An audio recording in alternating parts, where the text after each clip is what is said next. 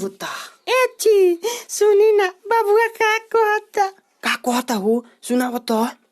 बेटा कैसन बाड़ो ठंडा के मारे यहाँ घेकुरी मरले बानी तो हरी माई के रुक आवतनी केने गइल देखो तो दहेज कितना ले ले बने सो हाय ना देखो ना हाथी ना घोड़ा कुछ नहीं खसल ले जाए बड़ा नी पनिया बड़ा सो हां ओइ ले ले बना सो दहेज हां हमरा तो बुझत कि खेत बाड़ी लिखवा ले बना सो अब डरेला से काम ना चली। अच्छा ना भगबे ना तो आवतानी आवो भाग रे भाग वो आई तुम्हारी भाग भाग भाग तो मारो डरो के बड़ो रे केने बारिश रे आओ देख अब हम गोर हो गई नी तेनु कहतल यास कि हमरा गोर मर्द से शादी करे के बा तनी औरी पाउडर देख देख देख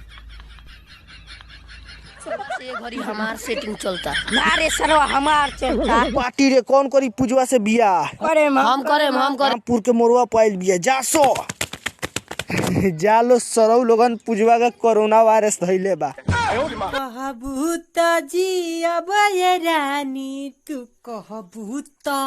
मर जाई रे रे रे आ का करते रे कुछ ना साला बारा मोगा बारे ई सारी पथारता तू ढेर जानता रहो ई डॉक्टर साहब संजय भैया के मेरा रू कहबे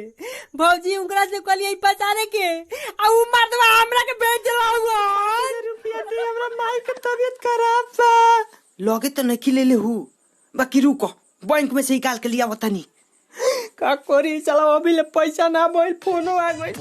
ए भाई तेरे हमारे वो काम कर देबो हर फोनवा उठाए को कि धक्का लाग गइल बा तो ना हो इसला रोड करिया बैठ के भीख मांगता तू चलबो पटावे तोरा बुझात नहीं खे के का सामने बात करते रे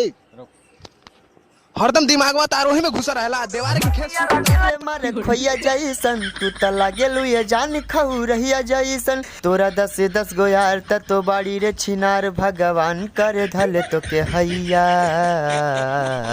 हाय रे हर जइया हाय रे हर जइया हाय